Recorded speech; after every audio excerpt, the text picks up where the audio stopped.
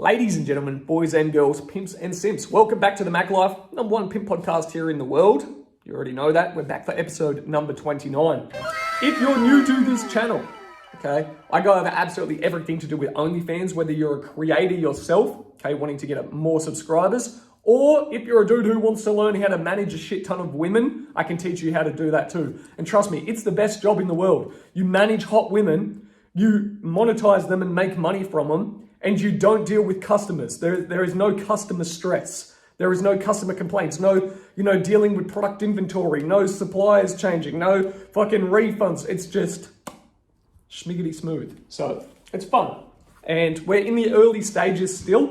I've obviously been at this for a little bit now. However, we're still in the very, very early stages. So you get to watch this podcast as well, almost like a documentary of things that I'm testing, tweaking, and then you get live updates on exactly what's working. The current experiment that is running, if you watch the previous podcast, basically set up an ad, okay? And the idea is that the ad runs at $250 a day, x 4 days, so $1,000 ad spend. Essentially we should get 3 women on board that are turning over 10K a month already. We take them on at a 50-50 split and we're returning 15K a month already, not including the revenue, which 90% comes from the messaging, which my team will handle, but we're already up massively in the green zone. However, even taking on only one lady still returns, a 7x month one with no additional work. So, and if you're wondering, how is that a 7x? It should be a 5x. Well, it returns around 5,000 USD. The ad spend is actually in AUD, so it ends up 7 to 1. So 7x minimum with one lady. And that's month one. This is why I fucking love this business.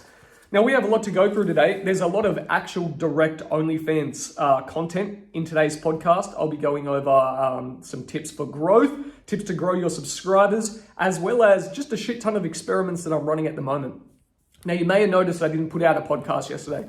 2 reasons. 3 reasons actually. First, I was fucking hungover, okay? We were making fucking vodka slushies the night before, blending up, just going absolutely nuts. There was vodka, beer, the whole lot, too many mixes, and I was fucking wrecked, absolutely wrecked. On top of that, I still filmed and scripted out an intro video for my channel. The reason I'm putting an intro video there is so I can drive ads to it, and it's a very short video with a very clear call to action that should build the subscriber base, and then essentially when people like that video, they will go through and then watch the podcast, which will increase the views overall. Plus, it adds massive social proof because the amount of money I can pump in ads to one video, when people come to my channel, even though these videos only get a couple hundred views, they look at that and it'll say plus 1 million views, and they'll be like, oh my God, he's famous.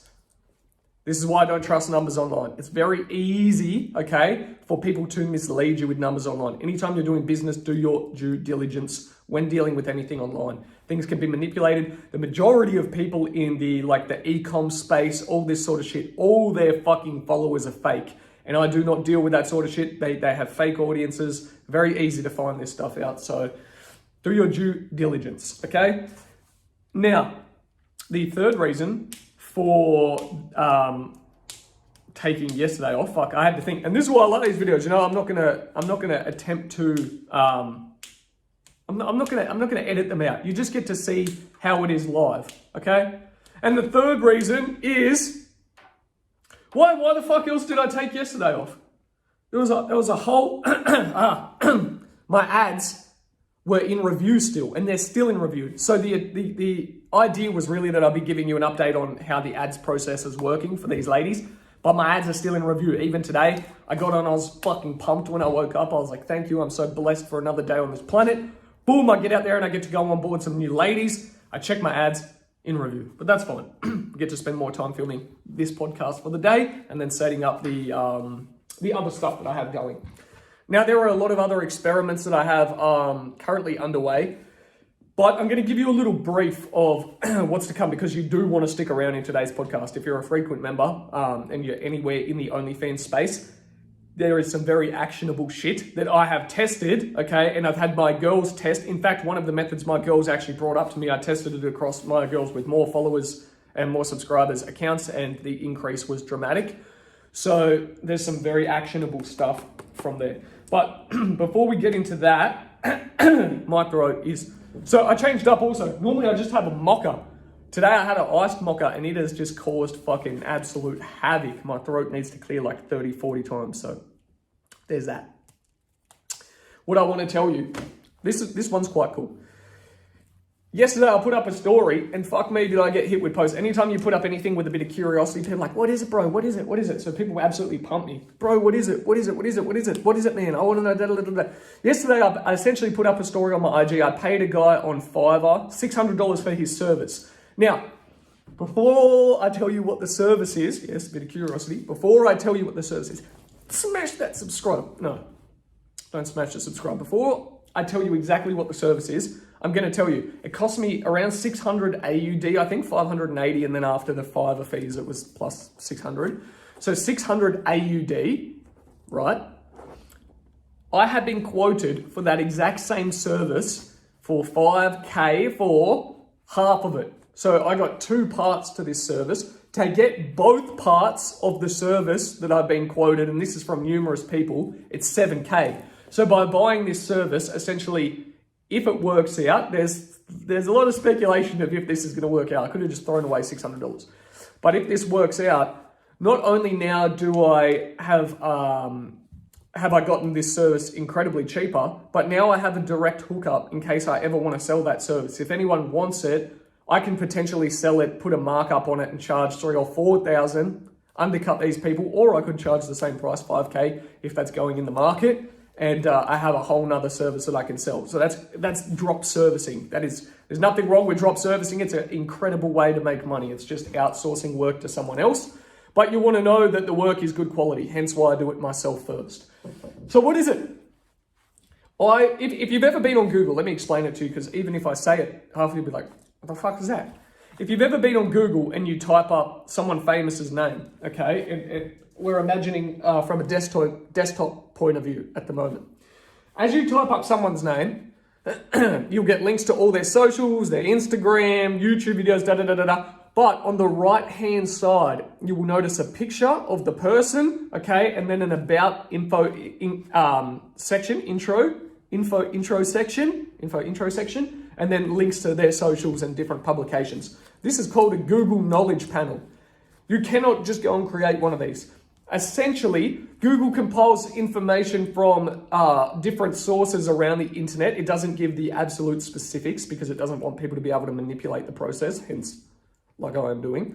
It essentially grabs information from as many different articles that are trending around the internet, as well as websites, socials, videos, podcasts. It pumps it all into one knowledge panel and says, this is what we've compiled about this person. Now, essentially, the guy I've hired for $600 is an expert at getting this set up. So, do I know how the process works? No. Do I know that it costs $600 and he can do it? Yes. Do I know that $600 compared to what I've been quoted and what I've found elsewhere is very good? And then to top it off, which I did like, he sent me a list.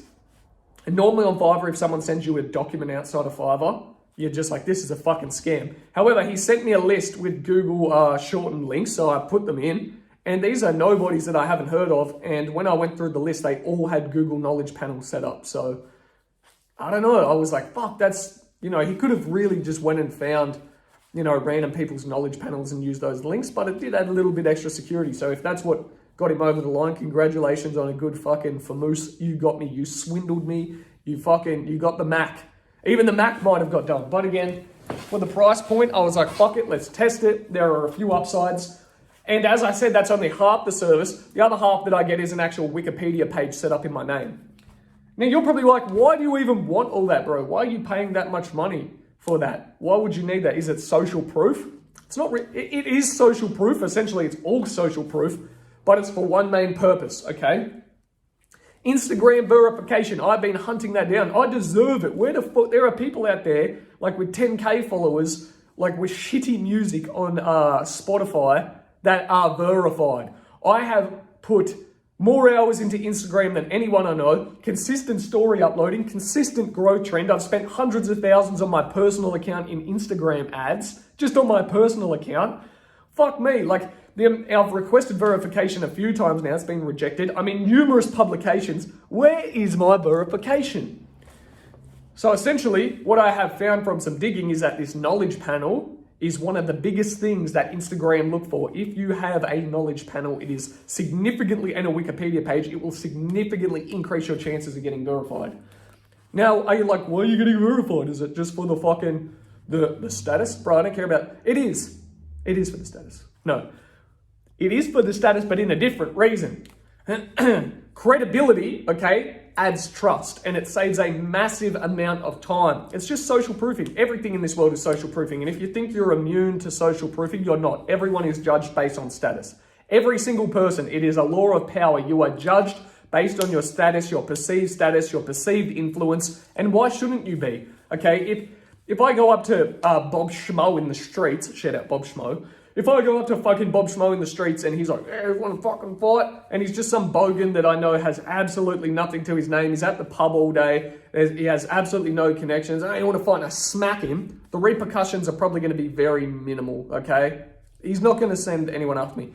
But if fucking Alexandrov Petrovich is like, what are you looking at? And I slap him and he has connections to a whole list of people, then the repercussions can be massive, okay? An exact same way with business. You're not going to slap someone in business, but essentially when you're doing, when you're conducting business with someone, if they have a perceived audience or influence far above, people will normally pay just for that. And Instagram verification itself is a thing that a majority of people want. So if I know how to get it, and I have it, just associating with me brings you one step closer to getting that. Because you can ask me, how did you get your IG verification, bro? What do I do, okay? So status is very, very important. Don't believe that, you don't give a fuck about status, because every single person cares about status. And why do I care about status? For business. As I said, it makes the trusting process easier. It makes the credibility side of things easier. I don't have to spend as much time building rapport. When people reply to my ads, they're like, oh, fuck, he's verified. So even if I spend 10K, my pen's out of ink, of course, try to make a point. Even if I spend 10K to get verified, but then the amount of business, okay, that brings is even an extra 10% of people decide to do business with me over time, that is gonna return into the millions of dollars, okay? And that's just from the direct ROI that I can see, not the other things that get to also build because of that status. So all of this is for Instagram verification. So I already have a shit ton of publications. This year it's about getting the Google Knowledge Panel, getting the Wikipedia page set up. I'll let you know how that goes if it does. I won't, watchers of this podcast, that's a special thing for getting to know me. There's some status. I'll give you a link directly on how to get the Knowledge Panel set up. And it also works out well for this dude, because if he doesn't scam me, he's going to get a lot of referred business too. Now, IG, people want to know, and this is a good follow-on point, because people want to know, how did I grow my Instagram following, and how can you grow your Instagram following? The method that I show in the course, okay, is the exact same method. So if you're already a member of the course, it is essentially that. It's just not targeted to OnlyFans people. It's targeted in an opposite way. It's targeted to whatever your niche is. If you haven't bought the course, go buy the course. It's on sale now for only $99. Terms and conditions apply. No, I'll tell you right now. On Instagram, it's called the follow-unfollow method. And whether you hate it or not, it works, okay? You essentially go follow a shit ton of people. I'm not going to explain the exact process because that is for people in the course. But essentially, you go follow a shit ton of people. A percentage of those people are going to go, oh, who's this who followed me? Click. They're like, oh my God, I like their stuff. Bing. And then they follow you back. Now you've gained a connection. Very easy. Instagram limits these actions to around 100 per day. And on fresh accounts, a lot smaller. Plus, it doesn't want to see 100 within the space of a minute, or it will block you a lot quicker. It has to be more, I was going to say sporadically, but I feel there's another word, sporadically, or there is a similar synonym that would have sounded nice there. However, you essentially do it sporadically, because I can't think of the other word, throughout the day. Say 10% follow you back, 10 of 100, you're gaining 10 new followers a day. So it doesn't sound like much, but that's 300 new followers a month, and you can make them hyper-targeted. In fact, some of the connections that I have now, next week's podcast guest, that is how we connected. And he is coming on board on Sunday, which might be Monday my time, or maybe, I believe it'll be Monday my time. He's coming on Sunday, right? This guy wears a watch, and he has a collection of watches. His watch, for example, is worth $1.5 million USD. He'll be wearing a mask, a face mask, and he'll not be giving his identity for reasons which he will describe. There are certain reasons. But these are how I meet different connections. You can meet people like that on Instagram. And I've met influencers that I work with now. I've met business partners through Instagram like that. I've met people that have given me trading insights and taught me about how to get in, why I should get into crypto. And that's essentially what got me started into crypto. I met, and this is from a Facebook group, but pretty similar. I met one of my very close friends now who actually lives in Sydney, who got me pretty much, I was already into ecom, but pretty much helped me with 90% of my growth. You know, he was already spending $100,000 a year on Google ads and returning, $500,000-$600,000 selling furniture a year. And I just learned so much. So connecting with people, this IG follow-unfollow method works best.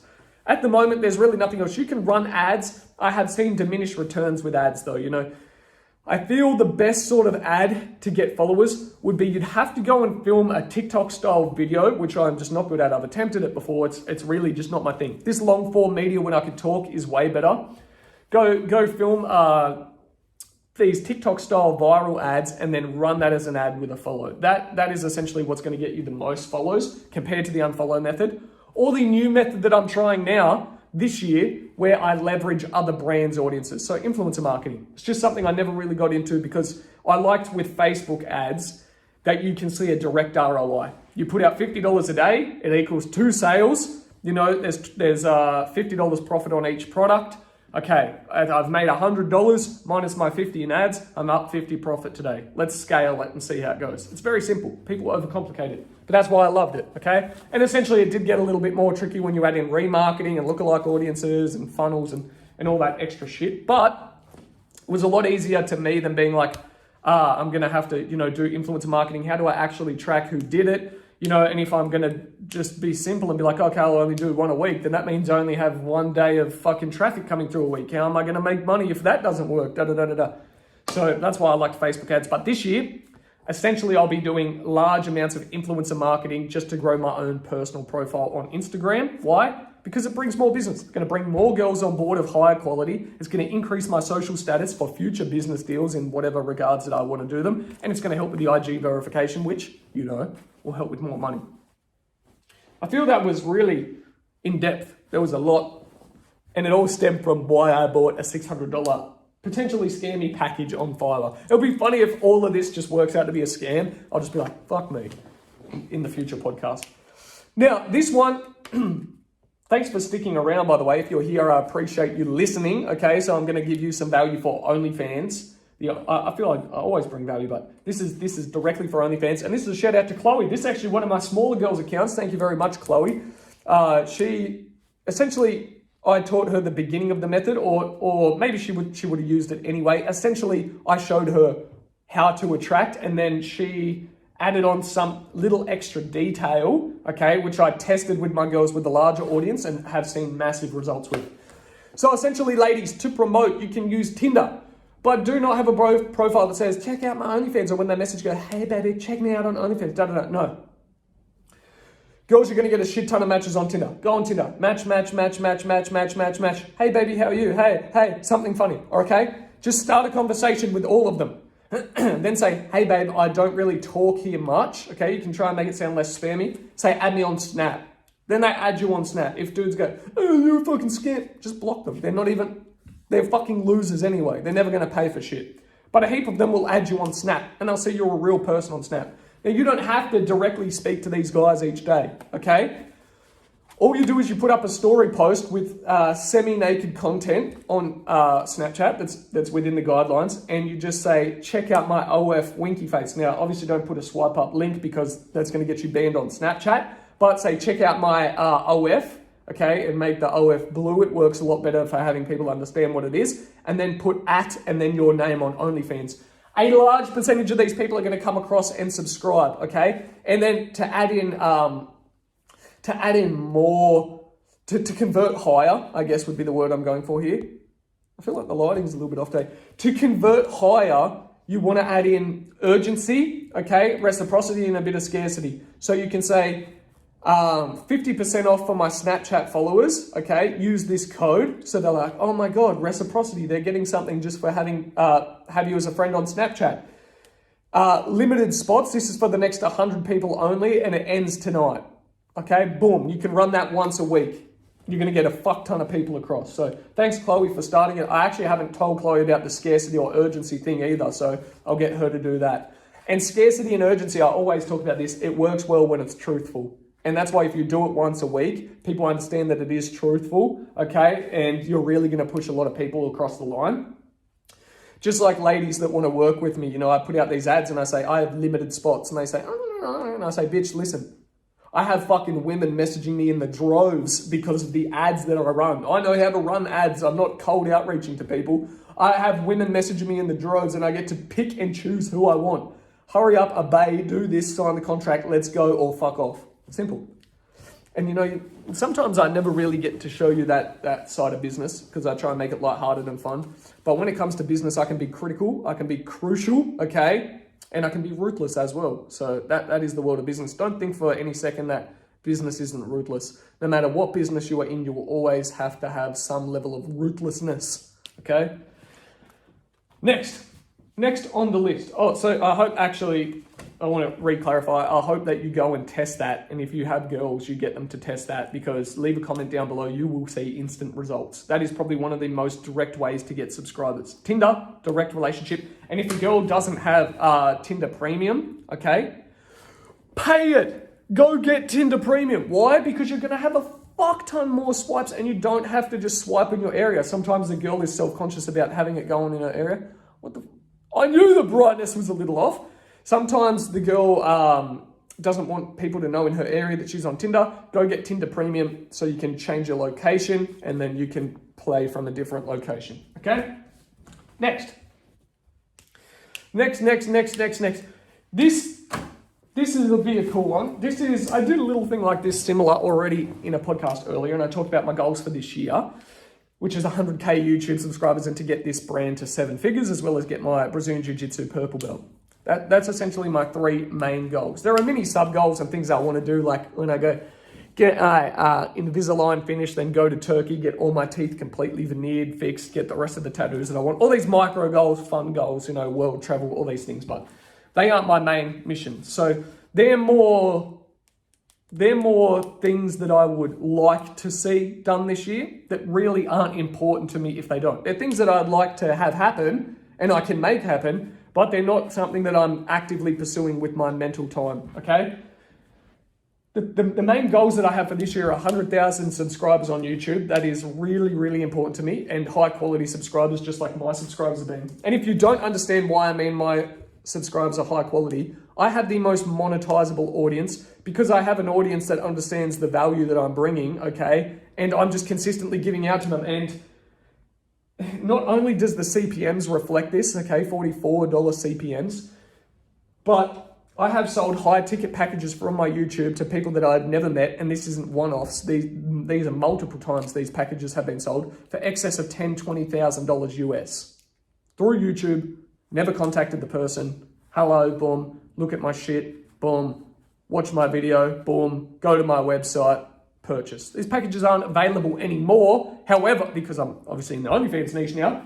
However, that is the power of my audience right there. It's fucking incredible. So thank you for being part of my audience. I'm going to make sure that you receive an immense amount of benefit for being here. Now, as I was going over my goals, this is why I have a little checklist here as well. It helps keep the flow. So 100K YouTube subscribers for this year, 7 figures profit with my business, which is around 20K a week, which is cool because 20K a week isn't hard. And the fact that I'm talking about AUD, not USD, it gives me a little bit of leeway as well. Because if I'm bringing in 20K USD, I have that extra money that I can spend on marketing and promotion and certain other things to still bring in 7 figures.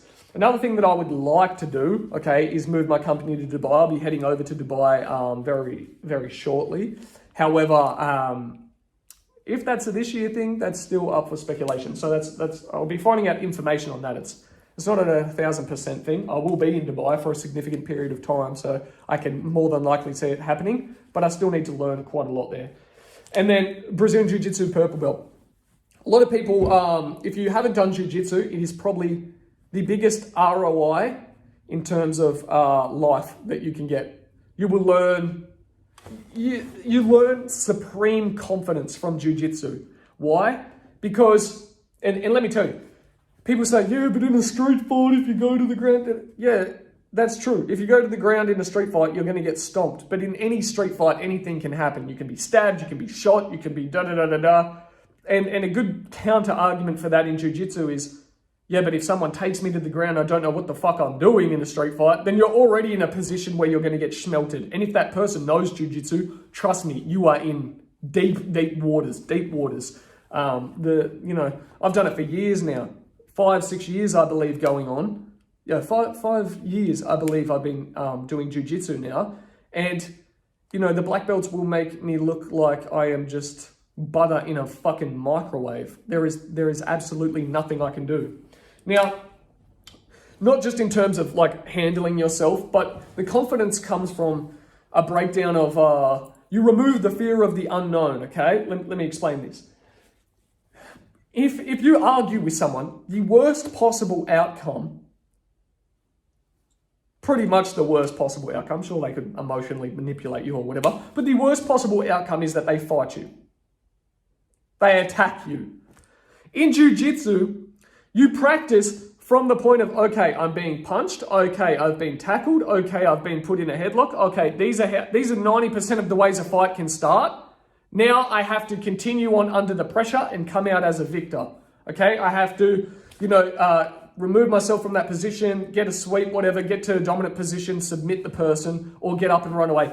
You remove the fear of the unknown because you've been through it a million times. Whereas even though I love boxing and kickboxing and I'm a big advocate of it and I go and do it in Thailand, and Muay Thai, it's still, there are so many variables and size plays such a dramatic role compared to Jiu-Jitsu. If a big boy starts throwing hands, I have to watch. Is he going to hook? Is he going to headbutt? Is he going to kick? Is he going to knee? Is he going to... But as soon as I can get my hands around him, I know he only has a certain amount of actions that can take place. He can either try and hit, which is going to be like someone behind them. They can only try and hit, which is going to be ineffective. Okay, they can try and kick, they can try and stomp. They only have a certain amount of actions. They can try and judo throw you. And when you've been through all of those multiple times with different people under pressure, life becomes really comfortable, really, really comfortable. And then when you look at people and 99% of people don't do any combat training, you are essentially on top of the world. Why? Because you can say what you want. You can speak how you want. So in terms of ROI, it is the highest ROI. You carry yourself differently through life because you know that you can handle 99% of situations. Sure, others will require guns. Sure, others will require kickboxing or whatever, okay? You can avoid them. And here is another reason why Jiu-Jitsu is a fucking banger. If I get into an argument with you and you threaten me and you're like, you know what, I'm going to fucking hit you, I only have two options. Cower away or hit you and fight, okay? And the repercussions for hitting someone are 1,000x compared to controlling them in Jiu-Jitsu and choking them out. And what do I mean? If I only half hit you, okay, and I don't hit you with full force out of fear of, significantly hurting you, and this isn't a big cocky or me saying, I'm going to knock you out, you probably do the exact same thing to me times 10. If I only half hit you and then you fucking hit me proper and I go down, now I have brain damage, I'm dead, whatever. Okay, there are 1,000 endless possible combinations. If I hit you with full power and your head hits the cement and you die, now I'm going to jail for a significant portion of time. The difference with Jiu-Jitsu is you're like, I'm going to fucking fight you. I wrap you up, okay? I take you down. You get some scuffs on your knees and your elbows. I control you. I slap you. I can control you from the top, and then if you get too zesty, I can choke you or put you in a fucking heel hook and snap your knee up. You get to, there's more control to the element. And that's why I love Jiu-Jitsu. It allows you to understand control. And with control, okay, with great power comes great responsibility. Hashtag fucking Spidey. Straight up. You get to control the situation more, okay? And that allows you to be a better person. It allows you to be a more merciful person. There's a whole, benefit. I don't have to get on top of you not knowing what I'm doing and out of fear beat the absolute fuck out of you. Okay, I can just get on top of you, pin you down, know that you really can't do anything. If you get fucking nasty and try and grab a dick or something, I can wrist lock you, break your wrist. Again, this isn't me saying that I can do all these things to you. A lot of people like to take, whenever you hear anything about fighting, they like to take it personally, and it's like a self-egotistical thing. But why wouldn't it be? It's a survival standpoint. It's just to say that you should definitely try jiu-jitsu. And even if you don't like the ground stuff, learn jiu-jitsu to know how to get up from someone holding you down on the ground. Learn how to defend takedowns. Go learn wrestling, okay? Learn how to defend takedowns. Learn how to get a combat stance. Learn these things. They're very, very important. And then that translates over to business, definitely. The amount of returns that you will get in business is significant. So for me, back to the main root cause of this topic. See how passionate I get about jiu-jitsu? Back to the root cause of this topic. I should get my purple belt in jiu-jitsu this year. I've been a blue belt since 2019 June 15th, I want to say. June 15th, 2019, which is, 2.5 years as a blue belt. Whilst I have been at training, but I've been, you would say I haven't been active at training the full time, but I've been holding training sessions, going to all different places, and that is something that will be difficult with me traveling the world. Is if I put in 3 months here, say in Vietnam, and 3 months in Dubai here, and 3 months here, the grading side of things will be harder. And it's not really that I care about the purple belt, but I need to feel that I'm at a level where I can handle any purple belt within the world. So there's that. There's my goals. Your goals might be completely different, but if you're watching these podcasts, I imagine they would have, the majority of you watching this podcast would be watching because you want to achieve financial success. That is probably why you watch this podcast. And make sure you have a very clear goal, a very measurable goal, and then don't get discouraged if you don't get it, okay? Just think to yourself, say you want to get to 7 figures and you don't make it that year. At the end of the year, don't write it off. Look at it and say, where did I go wrong that stopped me from getting this? Where did I go right? Where was the highest ROI? Why didn't I put more time in with that? Could I do more of that? What do I need to do more of that? Okay, can that saturate? Okay, what else could I try? And then think, if I was to reattempt next year, would I get the same result or would I get better if I tried different things? And if there's an element for you to improve, continue to try it and then look and say, if I did this for the next 10 years and it took me 10 years to get to this level, but I finally reached it, would I be happy? If the answer is yes, then you have nothing else to worry about. Stick with it for the next 10 years. I personally don't believe, I know 100% that it won't take me 10 years to get this business to 7 figures because I've already done 7 figures in other things. And I'm around 7 figures, I'm around 10 figures, I'm around people that, these are minuscule numbers too. So for me to get this business to 7 figures, I know the structure, I know the elements, I already have the skills. It will be done this year, ladies and gentlemen. It will be done this year. So see you all in tomorrow's podcast. Tomorrow's number 30. Yay, we're making it. And as well, just a final update for the podcast before you hit subscribe. We're on around $9 USD a day. That's what we're making at the moment with our YouTube monetization, which is about $14 AUD. So what's that? We're making like, $100 a week already from YouTube. So thank you very much, YouTube. Thank you for watching. You're paying me for YouTube on top of everything else. So appreciate you watching. See you on tomorrow's video. That's after.